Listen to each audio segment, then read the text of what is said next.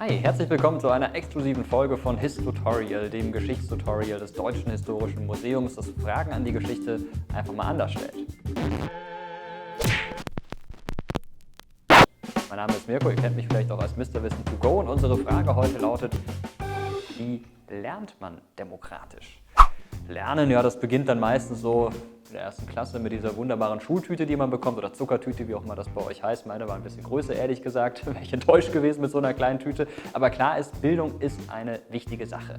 Der Aufklärung des 18. Jahrhunderts erschien Bildung als eines der wichtigsten Mittel, um selbstständig urteilen und entscheiden zu können. Die eingeforderte Mündigkeit schloss die für einen demokratischen Prozess unabdingbare selbstständige politische Urteilsbildung mit ein. So gesehen wurde Bildung zu einer Voraussetzung und einem Merkmal der Demokratisierung. Aber wie lernt man eigentlich demokratisch? Die Verhältnisse in dieser Berliner Mädchenschulklasse von 1910 sehen noch nicht so besonders demokratisch, sondern eher nach preußischer Zucht und Ordnung aus. Alle 52 Kinder sitzen brav in einer Reihe, die Hefte aufgeschlagen. Nur ein Mädchen in der zweiten Reihe rechts kann sich so ein Lächeln nicht verkneifen. Dass in der Klasse nur Mädchen waren, kann aber schon als Fortschritt gewertet werden. Im 19. Jahrhundert besuchte ein Großteil der Kinder die sogenannte Volksschule, wenn sich ihre Eltern keine teure Privatschule oder Privatunterricht leisten konnten. Gerade in kleinen Schulen auf dem Land wurde nicht nach Geschlechtern getrennt. Allerdings wurde den Mädchen zum Teil nicht mal das Schreiben beigebracht, um sie damit auszugrenzen. Und weil dies für die ihnen zugedachte Rolle als Hausfrau und Mutter nicht nötig erschien. Erst im letzten Viertel des 19. Jahrhunderts setzte die bürgerliche Frauenbewegung nach und nach durch, dass Frauen Abitur machen und studieren konnten. Schulen nur für Mädchen spielten dabei eine zentrale Rolle. Erst ab 1908 konnten junge Frauen in Preußen regulär Abitur machen und eine Hochschule besuchen. Mit der Novemberrevolution 1918 wurde dann das Frauenwahlrecht eingeführt und später die staatsbürgerliche Gleichheit der Geschlechter in der Verfassung festgeschrieben. Die Bildungsschranken wurden weiter abgebaut. Die Verhandlungen zur Verfassung der Weimarer Republik gingen mit heftigen Auseinandersetzungen rund um die Ausgestaltung des Schulwesens einher. Die Sozialdemokraten wollten eine einheitliche Schulausbildung für alle einführen, um so die Benachteiligung der ärmeren Bevölkerung zu reduzieren. Gleichzeitig sollte der Einfluss der christlichen Konfessionen auf die Schulen zurückgedrängt werden. Daran war auch der liberalen Deutschen Demokratischen Partei gelegen. Die katholisch geprägte Zentrumspartei und die Kirchen widersetzten sich aber. Da die drei Parteien eine Koalition bildeten, waren sie zu einem Kompromiss gezwungen. Für alle Kinder sollte es nun eine gemeinsame 4-jährige Grundschulzeit geben. Die konfessionellen Schulen blieben bestehen. Nach 4 Jahren besuchten die Kinder dann entweder weiter die Volksschule oder eine der mittleren oder höheren Schulen.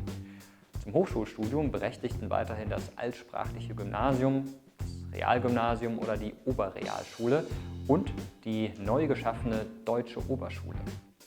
Immer weiter entwickelte sich das mittlere Schulwesen bzw. die Realschule, wo noch am ehesten ein sozialer Aufstieg möglich war. 1927 wurde eine offizielle Abschlussprüfung zur sogenannten mittleren Reife eingeführt. So heißt es ja auch heute noch. Damit hatte sich das dreigliedrige Schulsystem, wie es in manchen Bundesländern bis heute fortbesteht, voll ausgebildet. Weil aber kein grundlegender Personalwechsel in den Schulbehörden stattfand, blieb das Schulwesen hierarchisch ausgerichtet und verstärkte soziale Unterschiede eher, als dass es sie abmilderte. In einigen Versuchsschulen, wie der Dürer-Schule in Dresden, gab es allerdings reformpädagogische Neuansätze. Statt die Kinder mit einem vorgefertigten Lernstoff zu konfrontieren, setzten sie sich in einem freieren Lernumfeld mit selbstgewählten Themen auseinander. Reformschulen blieben in der Weimarer Republik allerdings die Ausnahme. Der Schulkompromiss hatte eine tiefgreifende Reform des Schulsystems verhindert, dessen wenige demokratischen Tendenzen vom Nationalsozialismus vollends zerstört wurden. Während das Schulsystem der DDR mit der Polytechnischen Oberschule im Zentrum zwar soziale Hürden abbaute, den Bildungserfolg aber abhängig von politischer Linientreue machte, wurde in der Bundesrepublik auf das dreigliedrige Schulsystem zurückgegriffen. In den 1960er und 1970er Jahren wurden von Wissenschaft, Politik und auch den Schulen selbst Reformvorschläge erarbeitet. Einer dieser Vorschläge war die Gesamtschule, an der die Kinder statt nach den bisherigen Schultypen getrennt gemeinsam unterrichtet werden sollten. Die Diskussion um die Gesamtschule wurde zu einer verbittert geführten Auseinandersetzung in der Politik.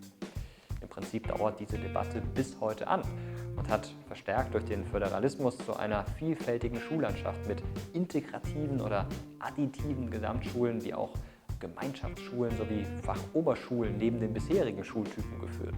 Da gibt es also eine ganze Menge inzwischen. Gleichzeitig versuchen immer mehr Kinder und Jugendliche einen mittleren Schulabschluss oder das Abitur zu erlangen. Die Hauptschule, die Nachfolgerin der Volksschule, spielt eine immer kleinere Rolle. Demokratisch scheint das Schulsystem also dahingehend zu sein, dass es Auswahlmöglichkeiten bietet und hochwertigere Abschlüsse, eine eigenständige politische Urteilsbildung und bessere Möglichkeiten auf dem Arbeitsmarkt versprechen.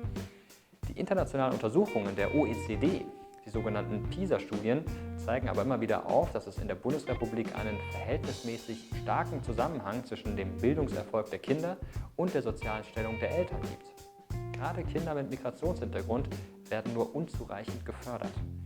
In Sachen demokratischer Chancengerechtigkeit gibt es also noch Verbesserungsbedarf. Findet ihr, dass unser Bildungssystem demokratisch genug ist?